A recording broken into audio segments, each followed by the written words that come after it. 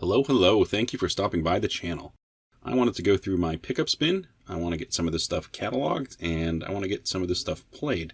So I thought I would do a quick video to show you what I've been picking up lately. I managed to get myself a Genesis Mini. I've barely opened it. It is tiny, I haven't even plugged it in yet. I know there have been a ton of videos out there for different channels going through the Genesis Mini, and they've been very entertaining, I just haven't had time to sort of get to it. For me, I originally put an order on this some months back, and then I canceled it. And then I heard they were going to be remarkably hard to get after a while, so I put my order back in, and I got it with the first wave. So I'm happy to get it, and I'm really happy actually that there are Sega CD games on it. I'm probably most interested in those. Moving on, I have a PlayStation 1 clear blue controller. It's a sort of milky blue. These controllers came out, I believe, at the end of the lifespan of the PlayStation 1. They originally started and didn't even have analog sticks, but they were always gray. But when you got to the remake of that particular console, they started to put out these clear controllers, and I actually found one, and it's in great shape, so happy to get it. I got a Slick Stick, which is an old joystick for an Atari or a Commodore 64. They use the same ports. It's this small little joystick with a small button, and it doesn't have a very big range of motion, but it's strangely comfortable to play Commodore 64 games with. Got it online at a pretty good deal, and it's in great shape. I cracked it open, made sure to clean out the inside. It's in great shape. It's actually got a different type of construction inside than other controllers of this particular style, so happy to get it. I also picked up some extension cables for the Atari as well. I'm more interested in using these extension cables for projects as opposed to actual extension cables. I would like to take these and try to build myself a joystick using Sanwa joystick parts, which would be the same stuff that they use in the arcades. So we'll see how that project goes. Hopefully I'll have it up in the next month or two. We're going to get on to some games. Game Boy game I picked up for almost nothing, I think. Asteroids. How do you go wrong with Asteroids? Game Boy Color, I've got Powerpuff Girls, some games here. Battle Him and Paint the Townville Green. I know nothing about these. I know that they caught my eye, and I have one of those handheld consoles from Analog, and I'm getting a docking station sent to me, which means I'll be able to try these games out and record the footage, which is something I'm really looking forward to. So that's kind of why I got these. For the Nintendo DS, I got Namco Museum. Now, it's going to have Pac-Man in it and a bunch of Namco games, so can't go wrong with that. For the PlayStation 1, I've got some stuff. I've got an interactive sampler CD. They used to have these all the time back in the day. You could pick up a sample and they'd give you 5 or 10 games to play with, just like a level or two. And that's how they used to try to sell games. Obviously, the internet really wasn't a big thing, so you didn't have that type of exposure. So they would do this. Sometimes they'd include them with games, sometimes they'd be with magazines. No, now we get a solo one, something from that era. Very interesting. Tomb Raider Angel of Darkness. I don't know anything about this game. I do know Tomb Raider, so happy to have it. Wheel of Fortune and Tekken 3. I'm a fan of the Tekken games on the PlayStation 1. Tekken 1 and 2 were excellent, so giving 3 a try, this is going to be a good one. I'll make sure to get some footage up soon. I found a random disc, and I couldn't pass it up. It's a web browser disc for the Sega Dreamcast. I don't need it at all, but it's unopened, and I don't know. I just felt wrong leaving it. So maybe I'll find somebody that could use it, or at least want it in their collection. I know I'm not a Dreamcast guy to that level, but there are people out there that are, so maybe I'll find a home for it. For the PlayStation 2, I found another one of those sample discs. This is called the Jam Pack Sampler. I haven't loaded it yet, but it's in the similar vein of what they used to do for PlayStation 1. Try to get people to like games so they'll go out and buy them. For the PlayStation 3, I got a copy of DuckTales and Hunted the Demon's Forge. DuckTales, this is a remake of the NES game, if I do recall correctly. And Hunted the Demon's Forge, now that I'm staring at the disc, I'm wondering if I maybe already had this one. Obviously, it's a sword and sorcery type of game, but I'll have to give a check, see if I got it already. For the PlayStation 4, 1971 Project Helios and Martha is Dead. Martha is Dead is an interesting one to me because I attempted to buy this one twice off of Amazon. I found a seller on Amazon, and they sent me the PlayStation 5 version twice. And I wrote them and I said, hey, I ordered the PlayStation 4 version, and then they couldn't seem to get it right. Ultimately, I found another seller, and I got Martha is Dead. Survival horror type of stuff, I believe. At least it's in the horror realm, which is sort of my thing. And Project Helios, more sci-fi oriented. We'll see where this takes us. Finally got some NES games. When the end of the year was happening at the flea markets, I managed to get some games I didn't have in my collection that I really should have.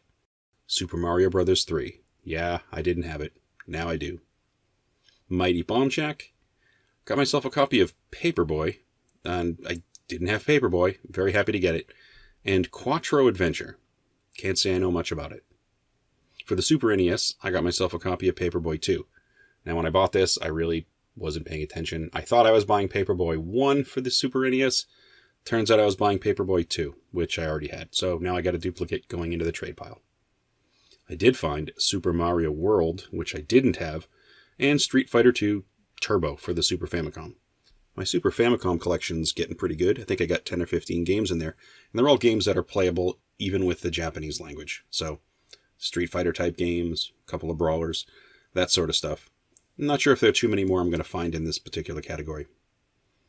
A couple of games for the Switch came in. Arkanoid Eternal Battle. It's Arkanoid.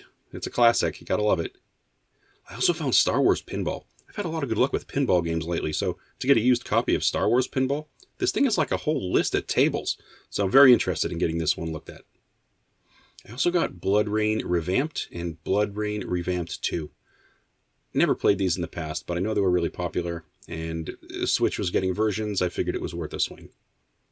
I also got the Atari Flashbacks Classics and Dawn of the Monsters. Some of these are limited run games releases. I'll have to get to them sooner than later. For the Xbox, I found a Grand Theft Auto pack.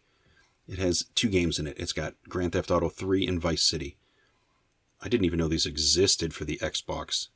I'm pretty sure this means the graphics are going to be a little better than what I played when I was playing this on the PlayStation 2. So, yeah, this is going to be great. For the Xbox 360, I got a puzzle game, Cubed. I also got the Gears of War triple pack. I had 1 or 2 of the games in the pack, so this one closed out a couple of expansions I didn't have. Fan of the Gear series, it's a lot of fun. Pretty good co-op as well. I got BioShock Infinite and BioShock 2. I played BioShock Infinite a while back on the PC, so to give this a try for the 360, I really like how the controllers handle. So looking forward to giving this one a try this winter. For the Xbox One, I've got some good games here. I've mentioned this before, Xbox One, it's worth your time to go start scooping these games. You can get new and used games at really good prices at the major box stores. It's a good time to stock up. First, I have Curved Space. This is a twin-stick shooter. And that's kind of all I know about it, besides the fact that it was remarkably inexpensive. So, a shooter for almost nothing? Yeah, I'll take that. Got an Agatha Christie game. I've got a few of these for the Wii, I believe.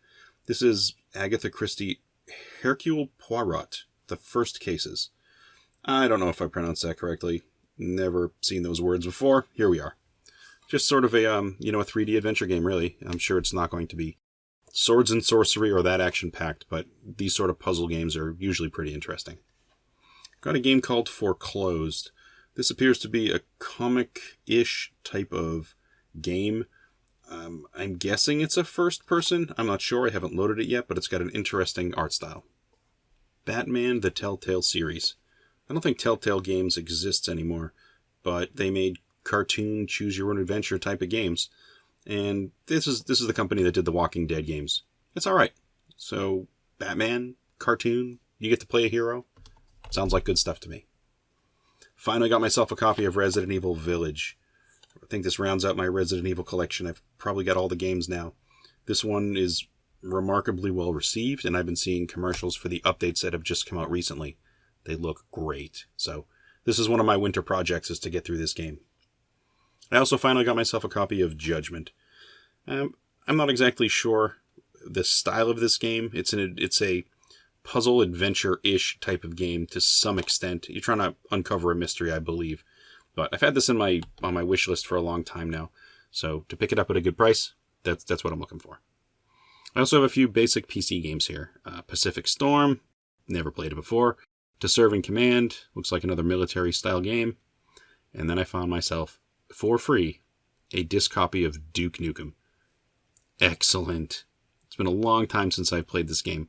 Very happy to get the PC game, and I believe it has the initial expansions with it as well, which is even better. So this one's going on the list really fast because I've been playing a lot of first-person shooters lately, especially in the DOS era, and it will be interesting to use this as a comparison point for other games. From that era, the games that people tend to gravitate towards when they look for first-person shooters, is it like Doom or Duke Nukem? That's sort of the range we're talking. So, well, that's all I have today for my pickup spin. This closes it out. Thank you so much for stopping by to take a look, and I hope you found it interesting, and hope to catch you on another video.